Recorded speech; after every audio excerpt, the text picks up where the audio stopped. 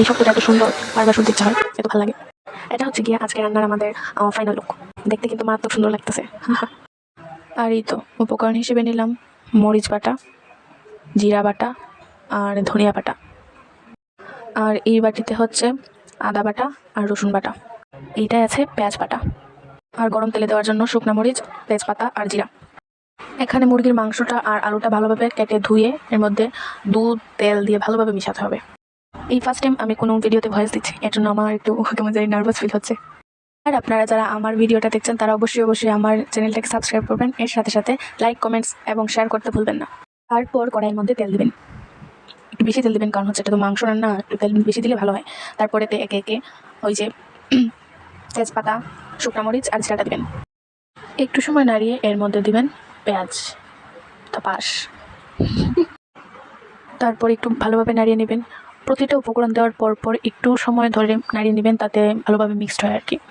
এই তো তারপর আদা বাটা দেওয়া হলো। আদা বাটাটা দেওয়ার সময় একটু সাবধানতা অবলম্বন করবেন। রসুন বাটা দেওয়া হলো। কালারটা কেমন জানি সাদা সাদা লাগতেছে, কারণ এখানে কোনো রঙিন মশলাই দেওয়া হয় নাই।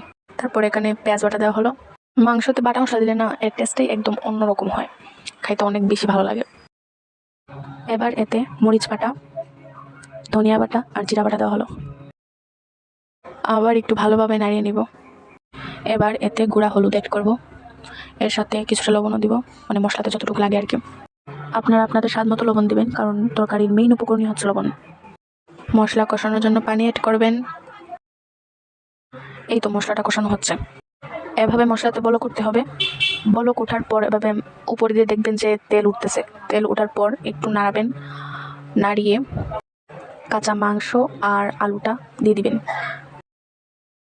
এই তো কাঁচা মাংস সাথে আলুও আছে, দেখতে পাবেন।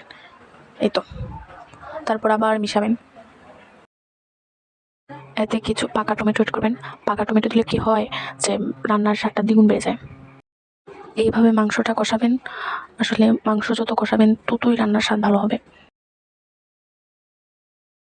এরপর এতে প্রয়োজন মতো ঝোল এড করবো। আপনারা আপনাদের ইচ্ছা মতো ঝোল দেবেন, যতটুকু আপনাদের দরকার হয়। আমাদের জন্য এইটুকুই হয়ে যাবে, কারণ রান্নার শেষে আরেকটু শুকাবে। এখানে 4-5টা কাঁচামরিচ দেওয়া হয়েছে, তাতে একটা সুন্দর সুন্দর গন্ধ আসে। আর এখানে দিলাম দারচিনি। দেখতে তো দারুণ লাগতেছে যে আমি এখন এডিট করতে বসছি, ভয়েস দিতেছি, আমার খুব লুপ লাগতেছে। আর আমার রান্নাটা কেমন হয়েছে কমেন্টসে বলে যাবেন। তরকারিটা চুলায় একটু জাল করে নেবেন। এই তো আমাদের রান্না কমপ্লিট। ওয়াও, কি সুন্দর লাগতেছে।